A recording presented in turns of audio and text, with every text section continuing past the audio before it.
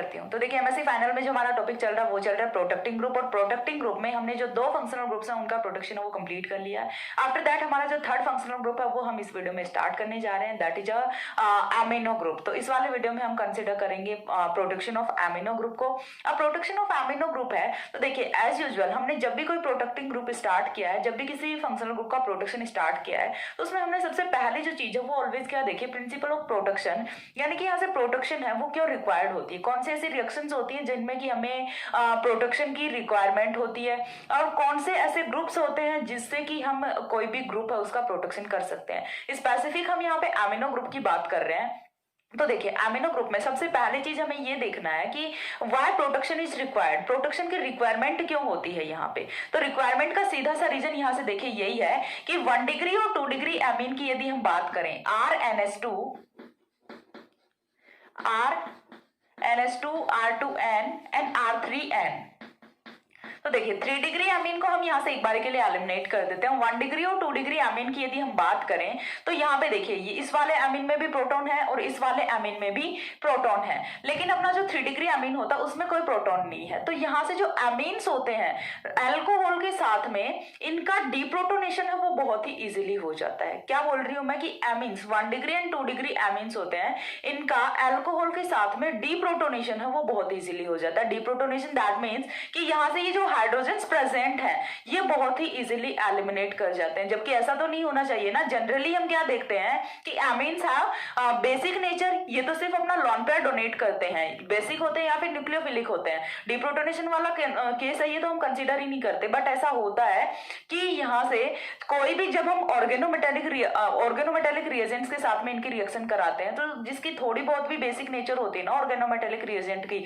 तो वो इजिली इनको डिप्रोटोनेट कर देता है, यहाँ से हाइड्रोजन्स को एलिमिनेट कर देता है। अब देखिए यहाँ से इसीलिए इनका डिप्रोटोनेशन ना हो, इस चीज को रोकने के लिए हमें क्या करना पड़ता है, यहाँ से प्रोटेक्शन ऑफ अमीनो ग्रुप है वो करना पड़ता है। यदि हम इसका पहले से ही ऑलरेडी हम प्रोटेक्शन करा देंगे तो फिर यहाँ से हम चाहे इसके ऑर्गेनोमेटेलिक रिएजेंट के साथ रिएक्शन कराएं, इसका डिप्रोटोनेशन है वो नहीं होने वाला। तो जो अपना प्रोटेक्शन है उसकी रिक्वायरमेंट क्यों होती है, यहाँ से डिप्रोटेक्शन को डीप्रोटोनेशन को अवॉइड करने के लिए। देखिए सेंटेंस देखते हैं यहाँ पे, proton remove from 1 degree and 2 degree amines by basic reagent is easy as it is with alcohol. तो यहाँ से देखिए 1 डिग्री और 2 डिग्री अमीन्स होते हैं, यहाँ से प्रोटॉन रिमूवल है, हाइड्रोजन रिमूवल है या फिर डीप्रोटोनेशन है, वो अल्कोहल के साथ में बहुत ही आसान होता है। और बहुत सारे ऐसे ऑर्गेनोमेटेलिक रिएजेंट्स होते हैं जिनकी थोड़ी बहुत भी यदि बेसिक नेचर होती है तो वो 1 डिग्री एंड 2 डिग्री अमीन का फुली डीप्रोटोनेशन कर देते हैं। फुली डिप्रोटोनेशन दैट मींस 2 डिग्री का तो एक बार में ही हो जाएगा, क्यों, क्योंकि एक ही प्रोटॉन है, लेकिन 1 डिग्री का 2 बार भी डिप्रोटोनेशन करेंगे, दोनों प्रोटॉन्स को वो यहाँ से निकाल देते हैं। और ऐसा जो होता है डिप्रोटोनेशन वाला जो केस होता है, इसे अवॉइड करने के लिए, इसे रोकने के लिए, इसे ब्लॉक करने के लिए we have to required protection of amino group. Concept clear हुआ कि हमें प्रोटेक्शन ऑफ अमीनो ग्रुप की रिक्वायरमेंट क्यों होती है। तो देखिए यहाँ से many organometallic reagents are sufficiently basic to fully deprotonate. इनका मतलब बेसिक नेचर अच्छी खासी होनी चाहिए ना, यदि आपको कहीं से प्रोटॉन निकालना है तो ऑर्गेनोमेटेलिक जो रिएजेंट्स हैं वो सफिशिएंटली बेसिक होते हैं, वो सफिशिएंटली बेसिक होते हैं कि अमीन से इजीली प्रोटॉन को एलिमिनेट कर सके amines and protection is required in these examples। और ऐसे जो केसेस होते हैं, ऐसे जो इंस्टेंसेज होते हैं, उन्हीं के लिए हमें यहाँ से प्रोटेक्शन ऑफ अमीनो ग्रुप है वो रिक्वायर्ड होती है। आफ्टर दैट देखिए because of weaker capability to accommodate negative charge than oxygen. देखिए यदि हम इलेक्ट्रोनेगेटिविटी की बात करें, हम बात किसके साथ में कर रहे हैं, अल्कोहल के साथ में हम केस को कंसिडर कर रहे हैं कि अल्कोहल और अमीन को साथ में रखा है, देन यहाँ से अमीन का जो डीप्रोटोनेशन है वो इजिली हो जाता है। अब देखिए हमें बात करनी है कि ऑक्सीजन और जो अपना नाइट्रोजन इसकी इलेक्ट्रोनेगेटिविटी की। तो oxygen is much more electronegative in compare to nitrogen. ये चीज तो हम सबको पता होती है कि ऑक्सीजन की इलेक्ट्रोनेगेटिविटी है वो नाइट्रोजन से ज्यादा होती है। अब जिसकी इलेक्ट्रोनेगेटिविटी ज्यादा होती है वही तो ज्यादा नेगेटिव चार्ज बेयर करेगा ना। तो यहाँ से देखिए ऑक्सीजन है वो ज्यादा नेगेटिव चार्ज बेयर करता है, इसकी नेगेटिव चार्ज बेयर करने की कैपेबिलिटी है वो ज्यादा होती है, और नाइट्रोजन की नेगेटिव चार्ज बेयर करने की कैपेबिलिटी है वो कम होती है। साथ ही जो नेक्स्ट पॉइंट आता है वो आता है amines have a much higher nucleophilicity. Deprotonation की बात कर रहे हैं तो वो कौन कर रहा है, एमीन्स कर रहे हैं। लेकिन साथ ही यदि जहां पे लोन पेयर को डोनेट करने की बात आती है, हमें ये चीज पता है कि अल्कोहल्स में भी लोन पेयर ऑफ इलेक्ट्रॉन होते हैं एंड एमीन्स में भी लोन पेयर ऑफ इलेक्ट्रॉन होते हैं, लेकिन एमीन्स की जो न्यूक्लियोफिलिसिटी है वो ज्यादा होती है। अब एमीन्स की न्यूक्लियोफिलिसिटी वो ज्यादा क्यों होती है, क्योंकि देखिए nucleophilicity is directly proportional two donor ability. Nucleophilicity is directly proportional two donor ability. ये मैंने जीओसी में पढ़ाया हुआ है, ये कॉन्सेप्ट एक बार थोड़ा सा रिवाइल कर रही हूँ बस। Nucleophilicity is directly proportional two donor ability. DA क्या है, डोनर एबिलिटी। जब किसी की लोन पेयर को देने की टेंडेंसी ज्यादा होगी तभी तो उसकी न्यूक्लियोफिलिसिटी ज्यादा होगी। अब देखिए डोनर एबिलिटी, अब हमें डोनर एबिलिटी का पता होना चाहिए कि डोनर एबिलिटी है वो किसकी ज्यादा होगी, तो donor ability is inversely proportional to electronegativity. ठीक है, donor ability is inversely proportional to electronegativity. Electronegativity किसकी ज्यादा है, ऑक्सीजन की ज्यादा है। अब ऑक्सीजन की यदि इलेक्ट्रोनेगेटिविटी ज्यादा है तो यहां से डोनर एबिलिटी है वो कम होगी। चीज क्लियर हो रही है, electronegativity of oxygen is greater than nitrogen. तो यहां से कॉन्सेप्ट पता चल गया, जिसकी इलेक्ट्रोनेगेटिविटी ज्यादा होगी उसकी डोनर एबिलिटी कम होगी और जिसकी डोनर एबिलिटी ज्यादा होगी उसकी इलेक्ट्रोनेगेटिविटी कम होगी। ये यहां से कॉन्सेप्ट होता है। तो इसीलिए जो अपना एमीन्स होते हैं उनकी न्यूक्लियोफिलिसिटी है वो हायर होती है, साथ ही इनकी जो प्रोटॉन देने की टेंडेंसी है वो भी हायर होती है। तो अब ऐसे वाले जो एग्जांपल्स होते हैं, ऐसे वाले जो मॉलिक्यूल्स होते हैं जिनमें एमिनो ग्रुप प्रेजेंट होता है तो उन्हें टेकल करना बहुत ही हार्ड होता है, उन्हें टेकल करना बहुत ही टफ होता है कि रिएक्शन में जैसे तैसे हम उनको सही सलामत एमिनो की फॉर्म में ही निकाल के ले जाएं। ठीक है, उनका जो सेपरेशन है वो भी टफ होता है और साथ ही उन्हें हैंडल करना भी बहुत मुश्किल होता है ऐसे मॉलिक्यूल्स को जिनमें एमिनो ग्रुप प्रेजेंट होता है। क्यों होता है मुश्किल, क्योंकि या तो वो अपने प्रोटॉन्स को डोनेट कर देंगे या फिर वो अपने लोन पेयर को डोनेट कर देंगे। दोनों ही पॉसिबिलिटी है इनके पास कि प्रोटॉन भी दे रहे हैं लोन पेयर भी दे रहे हैं, एक ना एक चीज भी मिल गई तो ये रिएक्शन तुरंत ही कर लेंगे। तो इनके रिएक्शंस को रोकने के लिए यानी कि इन्हें सही सलामत रिएक्शन से बाहर ले आए, ये रिस्पॉन्सिबिलिटी किसको देते हैं, फिर प्रोटेक्टिंग ग्रुप को देते हैं कि इसके साथ में किसी एक ग्रुप को बांध दिया कि भाई तू संभालेगा अमीनो ग्रुप को। वैसे रिएक्शन में खुला छोड़ेंगे तो ये कुछ ना कुछ कांड करेगा।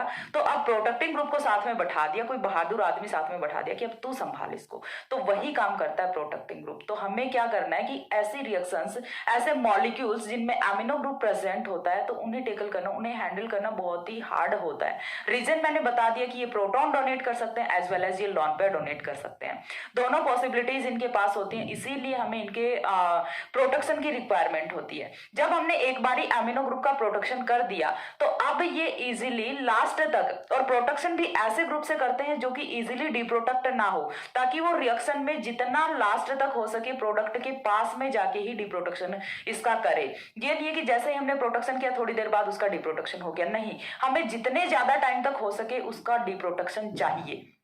अब देखिए डिप्रोटेक्शन उसका प्रोटेक्शन चाहिए, सॉरी अबाउट दैट, उसका प्रोटेक्शन है वो हमें जितने ज्यादा टाइम के लिए हो सके रिएक्शन में चाहिए। ये चाहे हमें लास्ट में प्रोडक्ट के पास जाके ही यदि उसका डिप्रोटेक्शन हो तो वो तो और भी अच्छी बात होती है। ठीक है, तो ये था अपना कि हमें प्रोटेक्टिंग ग्रुप की रिक्वायरमेंट क्यों होती है एमिनो ग्रुप्स में। तो ये तो था अपना प्रिंसिपल ऑफ प्रोटेक्शन। अब इसके बाद हम देखेंगे protection of amino group. Protection of amino group में हमें किस किस का प्रोटेक्शन देखना है, 1 डिग्री अमीन, 2 डिग्री अमीन और 3 डिग्री अमीन, इन्हीं तीनों का प्रोटेक्शन है वो हमें जनरली करना है। तीनों के लिए कोई अलग अलग क्राइटेरिया यहाँ नहीं आने वाले, सेम ही प्रोटेक्टिंग ग्रुप है वो सभी के लिए यूज हो सकते हैं, सेम ही डिप्रोटेक्टिंग ग्रुप है वो भी सभी के लिए यूज हो सकते हैं, डिप्रोटेक्टिंग जो कंडीशंस होती हैं। अब इसके बाद हमें ये देखना है कि कौन कौन से ऐसे ग्रुप्स होते हैं जिनकी फॉर्म में हम एमिनो ग्रुप को प्रोटेक्ट कर सकते हैं। तो एक बारी के लिए इतना स्क्रीनशॉट लीजिए, देन हम यहाँ से देखते हैं कि कौन कौन से ऐसे ग्रुप्स होते हैं जिनकी फॉर्म में हम एमिनो ग्रुप का प्रोटेक्शन कर सकते हैं, एंड आफ्टर दैट हम देखेंगे एग्जाम्पल्स। हो गया। इसके बाद देखिए ये तो था अपना प्रिंसिपल ऑफ प्रोटेक्शन। इसके बाद हमें देखना है कि कौन कौन से ऐसे ग्रुप्स होते हैं जिनकी फॉर्म में हम एमिनो ग्रुप का प्रोटेक्शन है वो कर सकते हैं। तो इसमें जो सबसे इंपॉर्टेंट होते हैं वो 2 ही होते हैं। कौन कौन से होते हैं, एक तो कार्बोमेट्स होते हैं और दूसरे हैं वो अपने एमाइड्स होते हैं। ठीक है, तो एक एक करके हम सभी ग्रुप्स को देख लेते हैं। ठीक है, तो यहाँ से देखिए सबसे पहला जो है प्रोटेक्शन ऑफ एमिनो ग्रुप के लिए यहाँ पे 4 जो ग्रुप्स हैं वो रखे गए हैं। सबसे फर्स्ट है वो है कार्बोमेट्स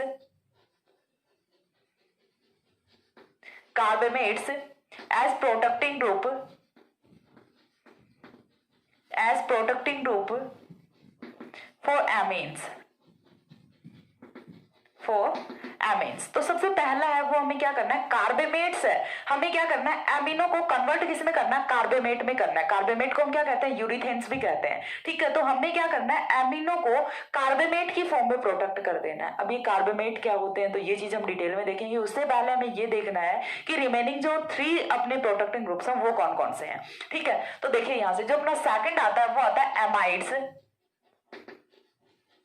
amides as protecting group for amines. And third है वो अपना आता है cyclic imides, cyclic imides as protecting group for amines. And fourth है special NH protecting group, special NH protecting group, ठीक है। तो ये तो हुआ हमारा यहाँ से बेसिक इंट्रोडक्शन कि हमें 4 जो प्रोटेक्टिंग ग्रुप होते हैं उनकी फॉर्म में एमिनो ग्रुप का प्रोटेक्शन करना है। अब इसके बाद चारों के चारों हमारे सामने कार्बेमेट्स बनाने हैं, एमाइड्स बनाने हैं, साइक्लिक इमाइड्स बनाने हैं और कुछ स्पेशल हैं जो protecting group NH protecting group है वो हमें बनाने हैं। अब एक एक करके हम सभी का डिटेल में स्टडी करेंगे। जो हमारा सबसे पहला है वो हम करेंगे carbamates as protecting group for amines. अब कार्बेमेट्स ये क्या होते हैं, सबसे पहली चीज तो हमें ये देखनी पड़ेगी।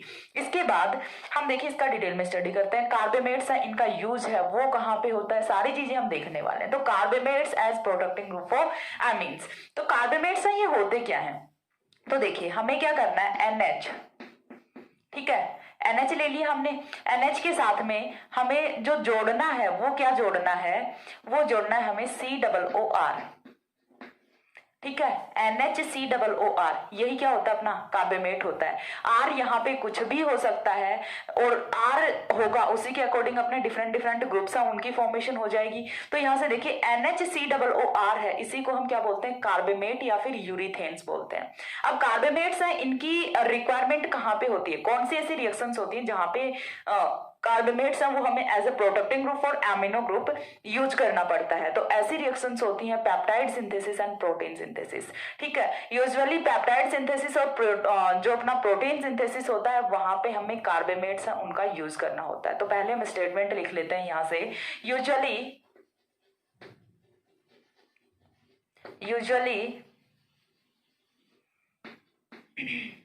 used for the protection of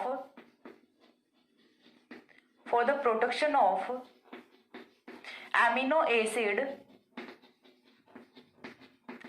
acids in peptide synthesis,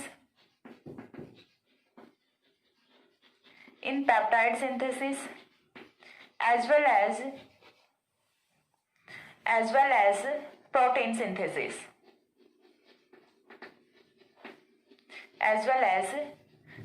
synthesis, ठीक है। तो हमें जो कार्बोमेट्स होते हैं उनका यूज है वो कौन सी रिएक्शंस में करना पड़ता है, या तो हम क्या करें कि एमिनो एसिड्स हैं उनसे यदि हमें पेप्टाइड की फॉर्मेशन करनी है, या फिर एमिनो एसिड से हमें प्रोटीन की फॉर्मेशन करनी है। पेप्टाइड्स हैं वो भी क्या होते हैं, यदि हमने बहुत सारे पेप्टाइड्स हैं वो ले लिए, यानी कि जो पेप्टाइड्स की है वो मोर देन 100 एमिनो एसिड की चैन ले ली, तो फिर वो क्या हो जाता है, प्रोटीन हो जाता है अपना, ठीक है। और 100 से कम यदि अपने एमिनो एसिड्स होते हैं तब तक वो क्या होता है, पेप्टाइड होता है। पेप्टाइड प्रोटीन दोनों के लिए जो मोनोमर यूनिट है वो क्या होती है, एमिनो एसिड होती है। एमिनो एसिड अपने क्या होते हैं, ऐसे वाले ग्रुप जिनमें कार्बोक्सिलिक प्लस एमिनो दोनों ग्रुप्स हैं वो प्रेजेंट होते हैं। ये वाला कॉन्सेप्ट है, ये आपका बीएससी थर्ड ईयर में पढ़ा हुआ होता है एमिनो एसिड का। वहां पे आपने प्रोटेक्शन है वो यूज भी किया था जब हमने पेप्टाइड सिंथेसिस करते हैं, बर्गमान सिंथेसिस करते हैं, सॉलिड स्टेट पेप्टाइड सिंथेसिस करते हैं। हालांकि मैंने अभी वो वाले चैप्टर्स नहीं कराए हैं, एमिनो एसिड स्टार्ट किया हुआ है, बट बर्गमान सिंथेसिस या फिर जो अपना सॉलिड स्टेट पेप्टाइड सिंथेसिस होता है वो मैंने अभी ऑनलाइन वीडियो में प्रोवाइड नहीं किया है। बट फिर भी आप यदि एमएससी के स्टूडेंट हैं तो आप बीएससी थर्ड ईयर तो ऑब्वियसली पास करके आए हैं, तो आपको यदि थोड़ा बहुत भी याद है तो आपने वहां पे protection of amino group as well as protection of carboxylic group दोनों कंप्लीट किए थे। साथ ही अब हमें देखना है, अब आपको थोड़ा सा याद आएगा कि कहां पे हमने protection of amino group use किया था। देखिए कोई भी एमिनो एसिड अपना होता है, ठीक है, जस्ट फॉर एग्जाम्पल मैंने यहाँ पे रख दिया ग्लाइसिन, ठीक है, COOH NH2, ये अपना क्या है, ग्लाइसिन है, ठीक है। साथ में हमने कोई एक और एमिनो एसिड लेना है, जिसको मैंने रख दिया फॉर एग्जांपल मैंने रख दिया एलेनिन, ठीक है। अब हम इन दोनों की तो ऐसे रिएक्शन करा नहीं सकते, क्यों? क्योंकि ऐसे तो हम रिएक्शन कराएंगे तो ये एक स्पेसिफिक मैनर में नहीं जुड़ेंगे ना, पता नहीं कौन सा एमिनो कौन से कार्बोक्सिलिक के साथ रिएक्शन करे। तो इसके लिए हमें क्या करना पड़ता है कि एक के एमिनो का प्रोटेक्शन कराना पड़ता है और दूसरे के कार्बोक्सिलिक ग्रुप का प्रोटेक्शन कराना पड़ता है। तो यहाँ पे हम स्पेसिफिक पढ़ रहे हैं एमिनो ग्रुप का प्रोटेक्शन, कार्बोक्सिलिक ग्रुप का प्रोटेक्शन है वो हमें अभी यहाँ पे नहीं पढ़ना, लेकिन इतनी चीज हमें पता होनी चाहिए कि जब हम दो एमिनो एसिड्स की आपस में रिएक्शन कराते हैं, पेप्टाइड बॉन्ड की फॉर्मेशन करते हैं, तो यहां से हमें किसी एक के एमिनो ग्रुप का प्रोटेक्शन कराना पड़ता है और किसी एक के कार्बोक्सिलिक ग्रुप का प्रोटेक्शन कराना पड़ता है। देन जो फ्री अपने एमिनो और कार्बोक्सिलिक बचते हैं वो टुगेदर रिएक्शन करते हैं एंड फॉर्मेशन करते हैं पेप्टाइड बॉन्ड की। तो यहां से आपके माइंड में थोड़ी इमेज बनी होगी कि किस टाइप से हमें एमिनो ग्रुप का प्रोटेक्शन है वो रिक्वायर्ड होता है, कौन सी ऐसी रिएक्शंस होती हैं। तो पेप्टाइड सिंथेसिस में समझ आ रहा है, पेप्टाइड सिंथेसिस में और प्रोटीन सिंथेसिस में। साथ ही दूसरी चीज होती है वो हम क्यों यूज कर रहे हैं प्रोटेक्टिंग ग्रुप पेप्टाइड सिंथेसिस में, तो वो होता है टू मिनिमाइज रेसेमाइजेशन। जो रेसेमाइजेशन प्रोसेस होती है उसको कम करने के लिए हम यहाँ पे प्रोटेक्टिंग ग्रुप से उनका यूज करते हैं। अब रेसेमाइजेशन क्या होता है, तो रेसेमाइजेशन जब भी हम कोई रिएक्शन करा रहे हैं तो उसमें हमें चाहिए कोई भी एक फॉर्म, कोई भी एक आइसोमर चाहिए, लेकिन जब कोई भी दो इनैंशियोमर्स की फॉर्मेशन हो रही है लाइक DL या फिर प्लस माइनस, इसी को हम क्या बोलते हैं, रेसमिक मिक्सचर बोलते हैं। तो रेसेमाइजेशन की प्रोसेस यदि हमें ऑब्टेन हो रही है ड्यूरिंग द रिएक्शन, कोई एक कंप्लीट आइसोमर ना फॉर्म होके 50-50% दो ऑप्टिकल आइसोमर्स यदि फॉर्म हो रहे हैं तो उसी को हम क्या बोलते हैं, रेसेमाइजेशन बोलते हैं। तो रेसेमाइजेशन को अवॉइड करने के लिए भी हम यहाँ पे क्या यूज करते हैं, रेसेमाइजेशन को मिनिमाइज करने के लिए। टोटली अवॉइड तो हम यहाँ से नहीं कर सकते, कंप्लीटली तो अवॉइड नहीं कर सकते, तो थोड़ा सा तो कम हो जाए एटलीस्ट रेसेमाइजेशन, कोई एक आइसोमर है वो हमें अच्छे से यील्ड में ऑब्टेन हो जाए। ठीक है, यही हमारा यहाँ से मेन मोटिव होता है। तो हमें क्या करना है, मिनिमाइज करना है, रेसेमाइजेशन को कम करना है। ठीक है, चलो बन रहे हैं, दो आइसोमर बन रहे हैं, D and L दोनों आइसोमर बन रहे हैं, बट दोनों का जो रेशियो है वो इक्वल ना हो। ठीक है, कोई भी एक है उसका अमाउंट ज्यादा हो और कोई भी एक है उसका अमाउंट थोड़ा कम हो। ठीक है, तो यानी कि एक यहाँ से मेजर और एक यहाँ से माइनर प्रोडक्ट्स हैं वो ऑब्टेन हो जाए, यही हमारा यहाँ से मैन मोटिव होता है। तो दूसरा जो पॉइंट है वो यहाँ से क्या होता है कि कार्बेमेट्स हैं, इनका यूज क्यों किया जाता है, to minimize the racemization during the reaction. ठीक है, तो यहाँ से नेक्स्ट पॉइंट आएगा वो क्या आएगा, carbamates can be used to minimize racemization, to minimize racemization को हमें क्या करना है, मिनिमाइज करना है। रेशमाइजेशन क्या होता है ये मैंने आपको पहले ही बता दिया है। अब रेशमाइजेशन को मिनिमाइज करने के लिए अकेला कार्बेमेट प्रोटेक्टिंग ग्रुप की फॉर्म में यूज कर लें, इससे काम नहीं चलने वाला, और कौन सी कंडीशन साथ में प्रोवाइड करनी होती है वो भी हमें देखना है। तो नेक्स्ट पॉइंट यहां से क्या होगा, to minimise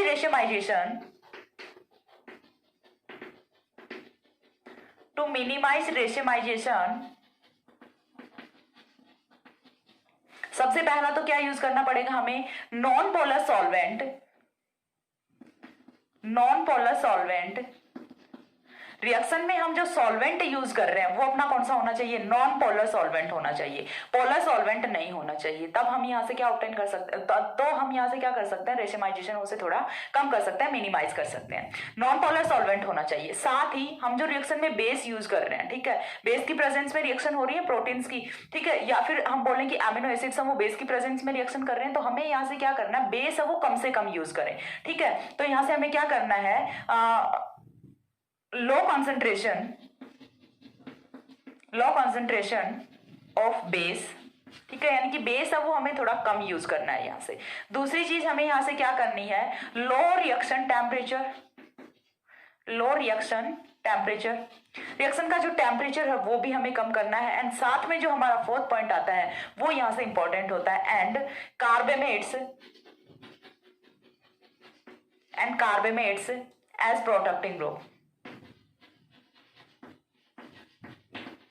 protecting group is effective. ठीक है।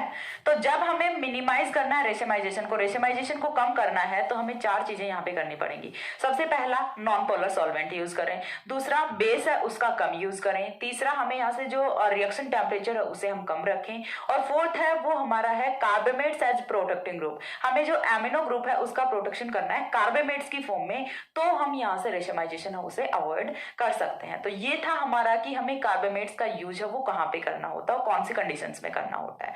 आफ्टर दैट अब हम यहाँ से देखने वाले हैं कुछ इंपॉर्टेंट एग्जांपल्स, और इंपॉर्टेंट एग्जांपल्स में यानी कि कौन कौन से ऐसे कार्बामेट्स होते हैं जिनकी फॉर्म में हम एमिनो ग्रुप का जो प्रोटेक्शन है वो कर सकते हैं। तो सबसे पहला जो है इस सीरीज का मेंबर वो है अपना BOC, बोक, जो कि काफी इंपॉर्टेंट है, आपने बहुत सारे एग्जाम्पल्स में देखा भी होगा। ठीक है, तो जो यहाँ से देखिए फर्स्ट एग्जाम्पल है, फर्स्ट कार्बामेट है वो हम करने जा रहे हैं बोक। बोक का फुल फॉर्म यहां से क्या होता है, tertiary butyl, B stands for butyl, tertiary butyl ऑक्सीकार्बोनिल,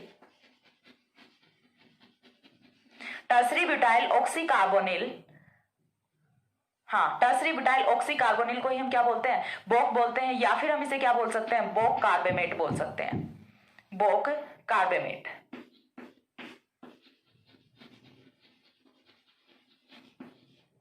तो सबसे पहला जो हमें करना है वो क्या करना है, बोक कार्बामेट है, इसकी फॉर्मेशन करनी एमिनो ग्रुप से।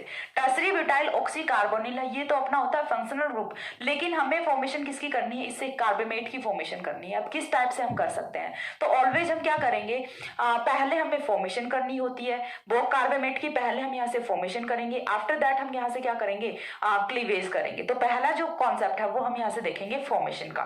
पहले हमें करना होता है फॉर्मेशन, ठीक है। फॉर्मेशन किसके साथ करनी है हमें, तो सबसे पहली चीज तो हमें वही देखनी है, हमें क्या चाहिए, एमिनो ग्रुप चाहिए। तो ठीक है, हमने कंसिडर कर लिया एमिनो ग्रुप RNS2 हमने यहां से ले लिया। अब RNS2 के साथ में किसकी रिएक्शन कराएं जिससे कि बोक कार्बामेट की फॉर्मेशन हो जाए, तो इसके लिए हमें रिएक्शन करानी होती है। एक तो हमें चाहिए बोक, उसके साथ में हम क्या ले सकते हैं, उसके साथ में हम क्लोराइड ले सकते हैं, उसके साथ में हम फ्लोराइड ले सकते हैं, या फिर एजाइड ले सकते हैं, या फिर थैलेमाइड ले सकते हैं, एनहाइड्राइड ले सकते हैं, कुछ भी ग्रुप ले सकते हैं। अभी जो मैंने बोला होगा आई थिंक कुछ समझ नहीं आएगा, बट एक बारी प्रैक्टिकली यूज करते हैं देन आपको समझ आएगा। तो देखिए यहां से मैं रिएक्शन कराने जा रही हूं BOC का ट्वाइस O, ये अपना क्या होता है, बोक एनहाइड्राइड होता है। BOC2O के साथ जब हम रिएक्शन कराते हैं इसकी, तो रिएक्शन है वो अपनी बेसिक मीडियम में रिएक्शन होती है। यहाँ पे एक चीज स्पेसिफिक और भी होती है, अभी तक देखिए हमने जितने भी प्रोटेक्टिंग ग्रुप किए थे उनमें हमने जिस कंडीशन में फॉर्मेशन की थी प्रोटेक्टिंग ग्रुप की, उसी कंडीशन में हमने उसका क्लीवेज भी किया था, लेकिन यहाँ पे ऐसा नहीं हो रहा। जो अपना बोक होता है या फिर अपने जो कार्बामेट्स होते हैं वो सेंसिटिव टुवर्ड्स एसिड्स होते हैं, इनकी जो फॉर्मेशन है वो होती है in the presence of base, and जो क्लीवेज है वो होता है इन प्रेजेंस ऑफ एसिड। ये चीज यहाँ पे इंपॉर्टेंट होती है। तो यहां से देखिए RNS2 ये हमने एमीन लिया, साथ में हमने बोक एनहाइड्राइड लिया है। अब बोक एनहाइड्राइड है, इसकी हम रिएक्शन करा रहे हैं बेस की प्रेजेंस में। बेस अब वो यहाँ पे कोई बहुत ही ज्यादा हम बोले स्ट्रॉन्ग बेस की रिक्वायरमेंट नहीं होती, बस बेस चाहिए, चाहे वो कैसा भी हो, ठीक है। अब देखिए जब हम ये वाले रिएक्शन कराते हैं तो यहां से RNH बोक की फॉर्मेशन होती है। अब इतनी देर से हम बोक की बात कर रहे हैं, तो ये होता क्या है, तो देखिए यदि मैं बात करूं BOC होता क्या है, तो ये होता है कुछ इस टाइप का कंपाउंड, C डबल बॉन्ड O, तीन टांग का मतलब क्या होता है, टर्सरी ब्यूटाइल ग्रुप होता है, ठीक है। या फिर आप यहाँ पे स्पेसिफिकली मेंशन भी कर सकते हैं CH3 इसी को हम क्या बोलते हैं, बोक बोलते हैं। चीज क्लियर हुई, इतना जो ग्रुप होता है इसी को हम क्या बोलते हैं, बोक बोलते हैं। अब साथ में हम इसके क्या यूज कर सकते हैं, यहाँ पे हम लिख देते हैं X, ये X है, ये क्या क्या हो सकता है, X की जगह पे हम क्लोरीन भी यूज कर सकते हैं, X की जगह पे हम थैलेमाइड भी यूज कर सकते हैं, X की जगह पे हम यहाँ से एजाइड भी यूज कर सकते हैं, कुछ भी यूज कर सकते हैं। मैं अभी आपको बना के बताती हूँ कि कौन कौन से हो सकते हैं। देखिए पहला जो हमने यहाँ पे यूज किया है उसको एक बारी मैं बता देती हूँ, तो वो क्या होता है, देखिए O C डबल बॉन्ड O C डबल बॉन्ड O, ये हमने यहाँ पे यूज किया। इतना जो ग्रुप है इसको हमने क्या बोला है, बोक बोला है, ठीक है। इधर इतना ही ग्रुप फिर से सेम है, तो ये भी क्या होगा, बोक होगा। देन बीच में कौन बच गया, ऑक्सीजन बच गया। तो दो तो अपने पास बोक है और एक अपना ऑक्सीजन है, तो इसे हम क्या बोलते हैं, बोक एनहाइड्राइड बोलते हैं। क्यों, क्योंकि यहाँ पे जो लिंकेज है वो कौन सा है, एनहाइड्राइड का है, ठीक है। तो ये तो हमने इस वाले रिएक्शन में यूज किया है। आफ्टर दैट और कौन कौन से की फॉर्मेशन हम यहाँ से कर सकते हैं वो देख लेते हैं। क्लोरीन हमने ले लिया, C double bond O, then tertiary butyl group, एक यहां से ये भी हो सकता है। इसकी जगह पे हमें जरूरी नहीं कि हम ऑलवेज बोक एनहाइड्राइड ही यूज करें, हम ये वाला भी यूज कर सकते हैं। और हम क्या यूज कर सकते हैं, N3 ले सकते हैं यहाँ पे, N3 सी डबल बॉन्ड ओ। N3 क्या होता है, अपना एजाइड होता है, C double bond O then tertiary butyl group, ये भी हम यूज कर सकते हैं। और हम क्या यूज कर सकते हैं, तो और हम यहाँ से थैलेमाइड है वो भी यूज कर सकते हैं, C double bond O N, और एन के साथ में हमें क्या जोड़ना है, C double bond O N tertiary butyl group. तो यहाँ से डिफरेंट टाइप के जो बोक हैं, फंक्शनल ग्रुप है, उनकी हम फॉर्मेशन कर सकते हैं। लेकिन लास्ट में हमें तो चाहिए कितना, आप चाहे कोई भी यूज करो, लास्ट में जो फॉर्म होगा वो तो यही होगा, ठीक है। आप ये यूज कर रहे हो, ये यूज कर रहे हो, ये कर रहे हो या फिर ये कर रहे हो, कोई फर्क नहीं पड़ता। लास्ट में हमारा जो प्रोटेक्टिंग ग्रुप में आएगा वो तो यही आएगा, इसी फॉर्म में इसका प्रोटेक्शन है वो होने वाला होता है, ठीक है। एक बार इतना स्क्रीनशॉट लो, देन हम देखते हैं mechanism of protection of amino group as बोक।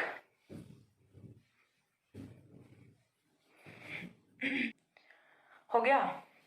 इसके बाद देखिए हम मूव करते हैं मैकेनिज्म पे। हमने तो सिंपल सा लिख दिया कि हमने यहाँ से कोई भी एमिनो ग्रुप लिया और साथ में बोक एनहाइड्राइड लिया, या फिर कुछ भी हम यूज करें, यहाँ से थैलेमाइड बोक यूज करें, या फिर एजाइड बोक यूज करें, या फिर क्लोराइड बोक यूज करें, कुछ भी यूज करें, तो वहां से फॉर्मेशन तो हो जाती है, बट इसकी मैकेनिज्म क्या होती है, ठीक है। तो नेक्स्ट हम मूव करते हैं मैकेनिज्म पे। तो मैकेनिज्म की यदि हम बात करें तो इनिशियली हमें सबसे पहला क्या चाहिए, अपना बोक देने वाला कोई भी रिएजेंट चाहिए। तो उसके लिए मैंने यहाँ पे रखा है बोक एनहाइड्राइड को, ठीक है, C double bond O C double bond O, ठीक है। ये हमारा है रिएजेंट। इधर से इतना जो पार्ट है ये क्या होगा, बोक होगा। इधर से इतना जो पार्ट है ये भी क्या होता है, बोक होता है। कोई भी एक है उसका हम यहाँ से यूज है वो कर सकते हैं। अब इसके साथ में पहले हम लेते हैं कैटलिस्ट। क्यों, कैटलिस्ट का यूज क्यों करते हैं रिएक्शन में, बहुत ही कॉमन सा क्वेश्चन है, सभी को पता होगा। कैटलिस्ट का यूज हम क्यों करते हैं, क्योंकि हमें रिएक्शन में जो यील्ड है, यील्ड ऑफ प्रोडक्ट है, वो थोड़ा अच्छे से ऑब्टेन हो जाए, रिएक्शन की जो रेट ऑफ रिएक्शन है वो थोड़ी सी फास्ट हो जाए, इसी के लिए तो हम यहाँ पे कैटलिस्ट यूज करते हैं। तो कैटलिस्ट की फॉर्म में मैंने यहाँ पे यूज किया है DMAP को। आपको कई बार एरो पे लिखा हुआ मिल जाएगा DMAP, सो दैट आपको कंफ्यूजन ना हो कि ये DMAP क्या नई वाला आ गई, इसका यूज कहाँ पे होना है, ये किस टाइप से यूज होता है, तो वो सारी चीजें हम इसी मैकेनिज्म में कवर कर लेंगे। DMAP है वो अपना क्या होता है, डायमिथाइल नोमेनक्लेचर कर सकते हो इसका, डायमिथाइल एमिनोपिरिडीन है, ठीक है, डायमिथाइल एमिनोपिरिडीन,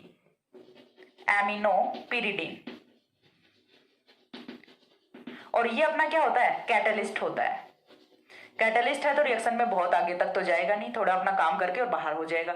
तो देखिए सबसे पहले क्या होना है, पिरिडीन की नेचर अगेन बेसिक नेचर है, तो बेसिक नेचर है तो ये क्या करेगा, लॉन पेयर को डोनेट करेगा, ठीक है। लॉन पेयर को डोनेट करेगा तो लॉन पेयर इसका जाता कहाँ पे है, यहाँ पे चला गया, ठीक है। कहाँ पे जाएगा, यहाँ पे भी जा सकता है, यहाँ पे भी जा सकता है, क्यों, क्योंकि मॉलिक्यूल अपना सिमेट्रिक है। तो सपोज दैट हमने जो लॉन पेयर का इलेक्ट्रॉन है वो इस वाले कार्बन पे दे दिया, क्यों दे दिया, क्योंकि ये वाला जो कार्बन है ये इलेक्ट्रोफिलिक नेचर का होता है, यहाँ पे इलेक्ट्रॉन डेफिशिएंसी होती है, दैट्स व्हाई जो नाइट्रोजन का लॉन पेयर है वो यहाँ पे अटैक कर जाता है। तो अब यहाँ से जो फॉर्मेशन होती है वो कुछ इस टाइप के कंपाउंड की होती है। जैसे ही यहाँ पे ये वाला लॉन पेयर जाएगा तो ये वाले बॉन्ड के इलेक्ट्रॉन्स है ये कहाँ पे आएंगे, ऑक्सीजन पे आएंगे, और ऑक्सीजन पे चार्ज कौन सा आएगा, नेगेटिव चार्ज आएगा। तो नेक्स्ट जो यहाँ से फॉर्मेशन होती है वो इस टाइप के कंपाउंड की फॉर्मेशन होती है। ये तो अपना हो गया पिरिडीन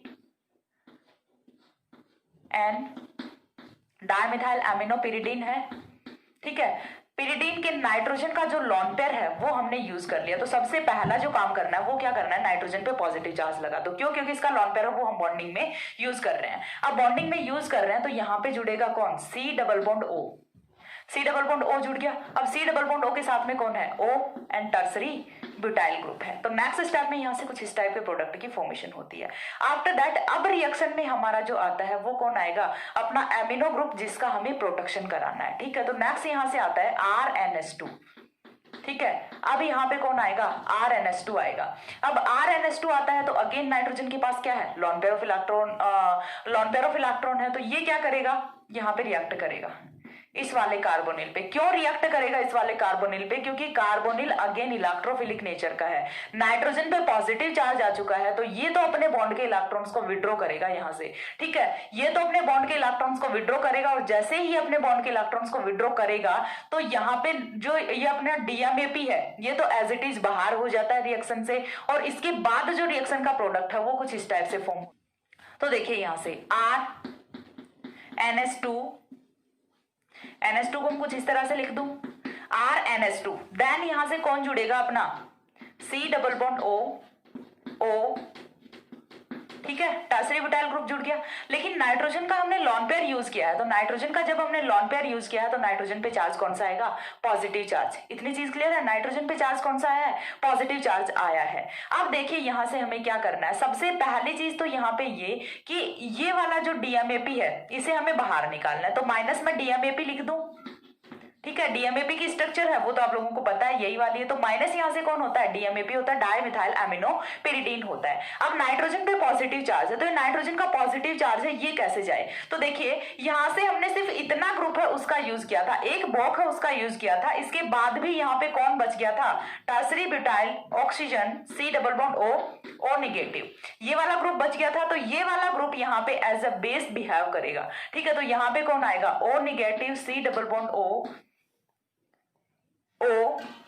टर्सरी ब्यूटाइल ग्रुप। अब ये क्या करेगा, यहां से प्रोटॉन को एलिमिनेट करेगा, बेस की तरह से बिहेव करेगा और प्रोटॉन को एलिमिनेट करेगा, और एसिड की फॉर्म में खुद यहां से एलिमिनेट हो जाएगा। तो देखिए यहां से नेक्स्ट स्टेप है वो क्या होने वाला है, OH C डबल बॉन्ड O, ठीक है।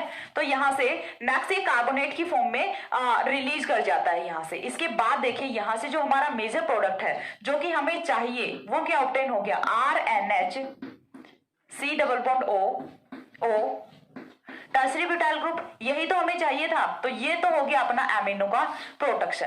अब एमिनो का प्रोटेक्शन होने के बाद जो नेक्स्ट चीज है वो यहाँ से क्या होगी, ये वाला कंपाउंड है ये तो स्टेबल नहीं होगा। क्यों नहीं होगा, क्योंकि रिएक्शन के पीछे का ड्राइविंग फोर्स और भी लग रहा है। तो नेक्स्ट स्टेप में यहाँ से देखिए क्या होने वाला है कि यहाँ से माइनस होगा CO2 का मॉलिक्यूल, ठीक है। माइनस कौन होना है, यहाँ से CO2 का मॉलिक्यूल माइनस होना है। ये वाले बॉन्ड के इलेक्ट्रॉन्स यहाँ पे गए, ये वाले बॉन्ड के इलेक्ट्रॉन्स यहाँ पे गए, तो माइनस तो यहाँ से होता है CO2 जो कि रिएक्शन का ड्राइविंग फोर्स है, और साथ में बनता है यहां से टर्सरी ब्यूटाइल अल्कोहल। इस वाले ऑक्सीजन के साथ कौन जाएगा, ये वाला प्रोटॉन जाएगा, तो टर्सरी ब्यूटाइल अल्कोहल की यहां से फॉर्मेशन हो जाती है एट द फाइनल प्रोडक्ट। तो यहां से देखिए रिएक्शन के ड्यूरिंग किस किस की फॉर्मेशन हुई है। पहले हमने यहां से बोक एनहाइड्राइड यूज किया, साथ में DMAP कैटलिस्ट यूज किया, जिससे कि हमारा DMAP है उसका जो नाइट्रोजन है उस पर आता है पॉजिटिव चार्ज। नेक्स्ट स्टेप में हमारा जो एमीन है वो यहाँ पे आता है जिसका कि हमें प्रोटेक्शन कराना है। अब वो अटैक करता है, देन यहाँ से हमने H पॉजिटिव एलिमिनेट किया है, साथ में CO2 और यहाँ से जो हमारा टर्सरी ब्यूटाइल अल्कोहल है ये फ्री हो जाते हैं। CO2 का मॉलिक्यूल यहाँ से रिएक्शन के लिए ड्राइविंग फोर्स होता है। क्यों, क्योंकि जब भी कोई गैसियस मॉलिक्यूल एलिमिनेट होता है तो रेट ऑफ रिएक्शन है वो इंक्रीज कर जाती है, ठीक है। तो यहां से देखिए ये चीज क्लियर हो गई कि हमारा जो एमिनो ग्रुप था उसका हमने प्रोटेक्शन कर लिया है, एमिनो का प्रोटेक्शन भी कर लिया, और साथ में CO2 एलिमिनेट हुआ और टर्सरी ब्यूटाइल अल्कोहल एलिमिनेट हुआ है। तो ये तो हमने कर लिया फॉर्मेशन कि किस टाइप से हमने कार्बेमेट की फॉर्मेशन की है। ये अपना क्या होता है, बोक कार्बेमेट होता है, बोक कार्बेमेट होता है। कार्बेमेट जब मैंने स्टार्ट किया था तो मैंने क्या बोला था कि RnH, R का हमें नहीं पता, NHCOOR ये कहीं पे भी होगा तो उसी को हम क्या बोलेंगे, कार्बेमेट बोलेंगे। तो देख लीजिए NH C डबल बॉन्ड O और C डबल O और साथ में ये जो पूरा ग्रुप है टर्सरी ब्यूटाइल, इसे हम क्या कंसीडर करेंगे, R कंसीडर करेंगे। तो NH C double O R की फॉर्मेशन हो रही है, दैट मींस ये कौन सा है अपना कार्बेमेट है। तो ये हमने किया फॉर्मेशन। अब इसके बाद फॉर्मेशन के बाद हमें इसका क्लीवेज भी करना पड़ेगा। तो क्लीवेज के लिए मैंने बोला था कि ये एसिड सेंसिटिव प्रोसीजर होती है। जो अपने कार्बेमेट्स है वो क्या होते हैं, एसिड सेंसिटिव होते हैं। इनकी जो फॉर्मेशन है वो तो होती है in the presence of base, और इनका जो क्लीवेज है या फिर इनका जो डिप्रोडक्शन है वो किसकी प्रेजेंस में होता है, एसिड की प्रेजेंस में होता है। एसिड हम यहाँ पे कोई भी माइल्ड एसिड भी यूज कर सकते हैं, क्यों, क्योंकि यहाँ से जो ग्रुप है ये बल्की ग्रुप है, टर्सरी ब्यूटाइल ग्रुप बल्की ग्रुप होता है, और बल्की ग्रुप होने की वजह से ये जो इसका जो डिप्रोडक्शन है वो माइल्ड एसिडिक कंडीशन में भी इजिली हो जाता है। तो नेक्स्ट पॉइंट है वो हमें देखना है क्लीवेज। तो एक बार इतना स्क्रीनशॉट ले लो, देन मैं क्लीवेज हो वो भी पूरा डिटेल में बता देती हूँ। हो गया। इसके बाद देखिए नेक्स्ट जो है वो हम मूव करते हैं क्लीवेज पे, कि हमें क्लीवेज किस टाइप से करना है। फॉर्मेशन हमने देख लिया, अब हम देखेंगे इसका क्लीवेज। तो क्लीवेज के लिए देखिए सबसे पहले हमें क्या चाहिए, तो अब हमें देखना है इसका डिप्रोडक्शन। तो डिप्रोडक्शन के लिए देखिए सबसे पहली चीज हमें पता है कि इसका डिप्रोडक्शन है वो इजीली किस में होता है, माइल्ड एसिडिक कंडीशन में भी इसका डिप्रोडक्शन है वो हो जाता है। तो क्लीवेज की यदि हम बात करें, हमें क्या देखना है, क्लीवेज देखना है। तो क्लीवेज है वो हो जाता है readily cleave under acidic hydrolysis.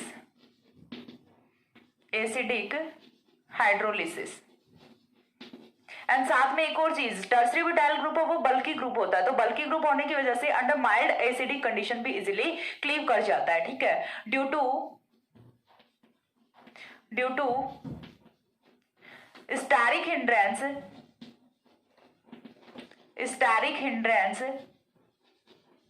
of bulky group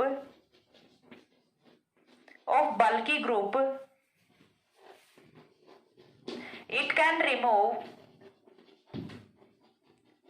remove under mild acidic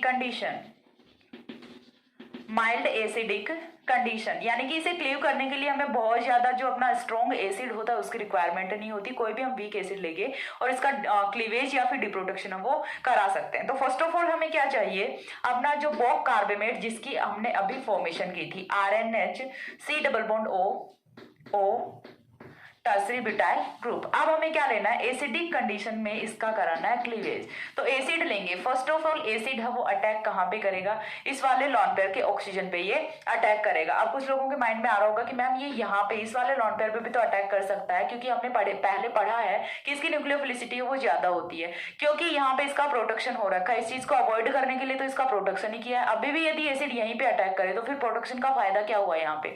तो प्रोटेक्शन में जब हम यहाँ से प्रोटेक्शन करा देते हैं तो इस वाले ऑक्सीजन पे ये वाला जो H पॉजिटिव है ये अटैक करता है। तो यहाँ से देखिए कुछ इस टाइप के कंपाउंड की फॉर्मेशन होती है।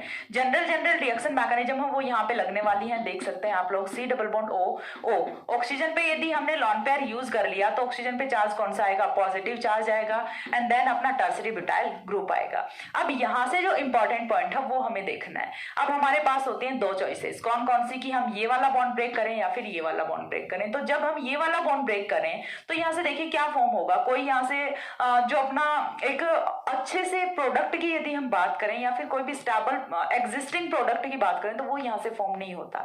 तो फिर हमें बॉन्ड कौन सा ब्रेक करना होता है, ये वाला बॉन्ड ब्रेक करना होता है। क्यों, क्योंकि ऑक्सीजन पे पॉजिटिव चार्ज है और ऑक्सीजन का पॉजिटिव चार्ज है वो बहुत ज्यादा टाइम के लिए यहाँ पे स्टेबल नहीं रहता। तो ये तो अपने लॉन पेयर के इलेक्ट्रॉन्स वापस चाहेगा, तो यहाँ से ये वाला बॉन्ड ब्रेक कर जाता है, एंड देन ये वाला बॉन्ड ब्रेक करने से यहाँ पे फॉर्मेशन है वो होती है RNH C डबल बॉन्ड OH की। ठीक है, C डबल बॉन्ड OH की फॉर्मेशन होती है, और जो साथ में प्रोडक्ट फॉर्म हो रहा है वो क्या फॉर्म हो रहा है, बाय प्रोडक्ट जो फॉर्म हुआ है वो यहां से फॉर्म होता है plus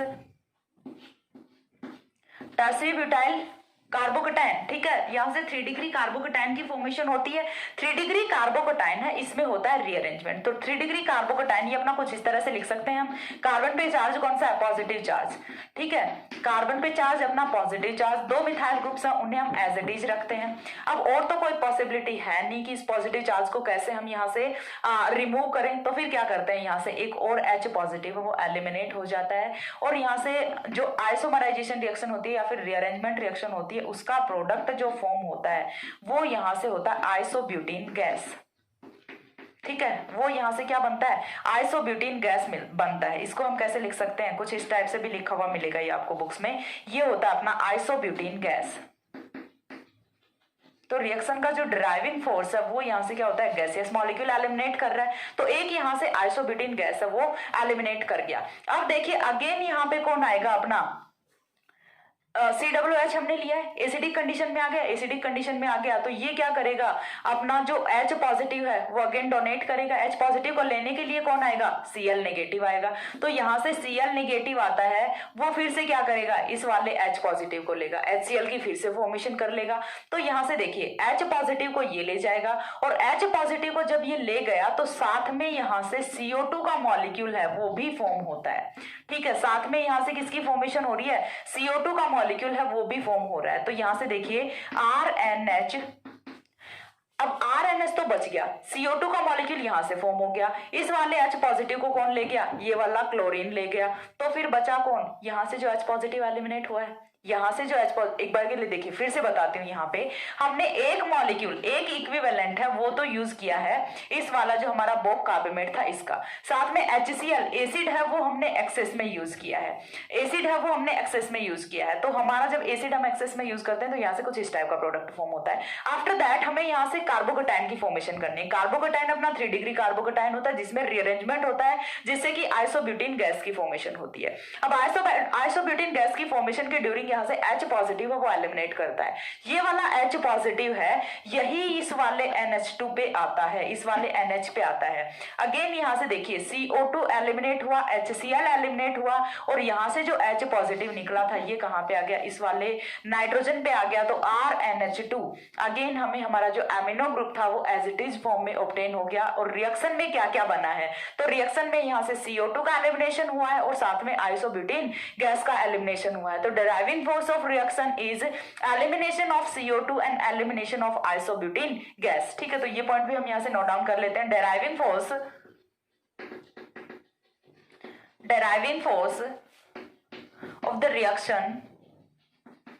of the reaction is elimination of CO2 and isobutene and isobutene. ठीक है, तो ये था इसका क्लीवेज की यदि हम बात करें तो क्लीवेज हम माइल्ड एसिडिक कंडीशन में इसका इजीली क्लीवेज है वो करा सकते हैं। क्लीवेज में बस आपको ये ध्यान रखना है, यदि आपको आइसोब्यूटीन का इतना झंझट नहीं भी याद रहता तो आप डायरेक्टली यहाँ से 3 डिग्री कार्बोकेटाइन बना के छोड़ दीजिए, आपको इतना दिखाने की नीड नहीं है। 3 डिग्री कार्बोकेटाइन बना के छोड़ दीजिए और बाय प्रोडक्ट को दिखाने की नीड भी नहीं होती, ये जस्ट फॉर आपको समझाने के लिए कि रिएक्शन का ड्राइविंग फोर्स यहाँ से आइसोब्यूटीन गैस और CO2 गैस है, इसीलिए बताया है। वरना आप यहाँ से डायरेक्ट ये कीजिए और बाय प्रोडक्ट आपको दिखाने की नीड भी नहीं है, क्योंकि हम जानते हैं कि रिएक्शंस में मोस्ट ऑफ हम बाय प्रोडक्ट की बात नहीं करते, हमें क्या चाहिए, हमारा मेजर प्रोडक्ट जो कि हमें ऑब्टेन करना है, इसी से हमारा फोकस होता है। बाय प्रोडक्ट हमारा क्या ऑब्टेन हो रहा है उस पर फोकस नहीं होता, बट यहाँ पे बाय प्रोडक्ट है वो गैसियस मॉलिक्यूल्स हैं, that's why we are focusing on by product also. ठीक है, तो ये था अपना क्लीवेज ऑफ बोक कार्बोमेट। अब इसके बाद एक और एग्जाम्पल है वो हम यहाँ से देख लेते हैं। नेक्स्ट एग्जाम्पल है वो हम यहाँ से देखिए करते हैं RNH2। अगेन हमने क्या लिया, RNH2 लिया। RNH2 के साथ में इस बारे में क्या यूज कर रही हूं, एजाइड कार्बोमेट यूज कर रही हूं, N3C double bond O sorry azide Boc use कर रही हूं। ठीक है, ये वाला हमने यूज कर लिया। तो यहां से देखिए अगेन क्या बन जाएगा, R, साथ में बेस भी यूज करना होता है, NaH यूज कर लें या फिर K2CO3 यूज कर लें, K2CO3 ये भी तो अपना बेस ही होता है। तो RNH C डबल bond O tertiary butyl group. Again हमने क्या कर दिया, प्रोटेक्शन ऑफ एमिनो ग्रुप कर दिया यहाँ से। तो इतनी चीज क्लियर हो गई। अब यदि हमें इसका क्लीवेज करना है तो क्लीवेज के लिए देखिए ये हमने फॉर्मेशन की और क्लीवेज के लिए आपको सीधा सा क्या करना है, RNH C डबल bond O tertiary butyl group आपने यहाँ पे ले लिया CF3COOH, ट्राइफ्लोरो एसिटिक एसिड आपने यहाँ पे लिया है और इसकी प्रेजेंस में यहाँ से आपको ऑब्टेन क्या होगा, RNH2 ऑब्टेन होगा। डायरेक्टली आपको क्लीवेज सिर्फ इतना सा दिखाना होता है, आपको इतनी सारी रिएक्शन करने की नीड नहीं होती। But if you wants more marks, ठीक है, यदि आपको ज्यादा नंबर चाहिए, यदि आपको कॉन्सेप्ट अच्छे से दिखाने, आपको खुद के कॉन्सेप्ट अच्छे से क्लियर करने हैं, देन आपको ये पूरा का पूरा एक्सप्लेनेशन वो देना पड़ेगा, अदरवाइज आपका काम है वो इतने में बन जाता है। आप डायरेक्टली यहाँ से प्रोटेक्शन दिखाइए और डिप्रोटेक्शन दिखाइए, दोनों चीजें मैंने एक साथ छोटे से एग्जाम्पल में आपको एक्सप्लेन कर दी हैं और मैंने आपको पूरा डिटेल में मैकेनिज्म है वो भी एक्सप्लेन कर दें कि मैकेनिज्म दोनों रिएक्शंस की क्या होती हैं। इसके बाद अब हम इसका एप्लीकेशन करेंगे, क्यों, क्योंकि हमने बार बार बोला है कि जो अपना पेप्टाइड सिंथेसिस होता है, प्रोटीन सिंथेसिस होता है, वहां पे हम यूज करते हैं जो अपने कार्बोमेट्स होते हैं एज प्रोटेक्टिंग ग्रुप, तो उनका यूज करके और मैं यहाँ से आपको पेप्टाइड सिंथेसिस करके बताती हूँ। एक बार इतना स्क्रीनशॉट लीजिए। हो गया। इसके बाद देखिए हम यहां से एक डाइपेप्टाइड का सिंथेसिस करेंगे। हम यहां से एक डाइपेप्टाइड का सिंथेसिस करेंगे और डाइपेप्टाइड है वो हमने यहाँ पे रखा है एलेनिल ग्लाइसिन। ठीक है, एग्जाम्पल है वो हम यहां से करते हैं सिंथेसिस ऑफ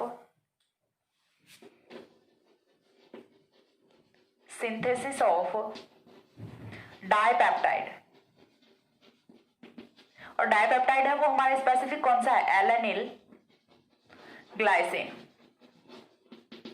एलेनिल ग्लाइसिन का हमें यहां से सिंथेसिस है वो करना होता है। तो एलेनिल ग्लाइसिन, अगेन बात आ रही है कि आपने पेप्टाइड थोड़ा बहुत पढ़ा होगा तो आपको ये चीज पता होगी कि ये जो हमारा डाइपेप्टाइड है इसमें जो अमीनो एसिड्स है उनका सीक्वेंस है वो क्या होता है, पहले हमारा एलेनिल आएगा, एलेनिन आएगा, देन हमारा कौन सा आएगा, ग्लाइसिन अमीनो एसिड आएगा। ठीक है, तो इसके लिए हमें पहले स्ट्रक्चर्स है वो पता होनी चाहिए एलेनिन की और साथ में ग्लाइसिन की। इसीलिए मैंने सबसे जो सिंपलेस्ट अपने अमीनो एसिड्स होते हैं उन्हीं का एग्जाम्पल यहाँ पे रखा ताकि ये चीज तो आपको पता हो। ठीक है, तो यहां से देखिए फर्स्ट ऑफ ऑल हमें क्या देखना है, एलेनिन की स्ट्रक्चर देखनी है। तो एलेनिन है वो अपना क्या होता है, CH COOH NH2 CH3।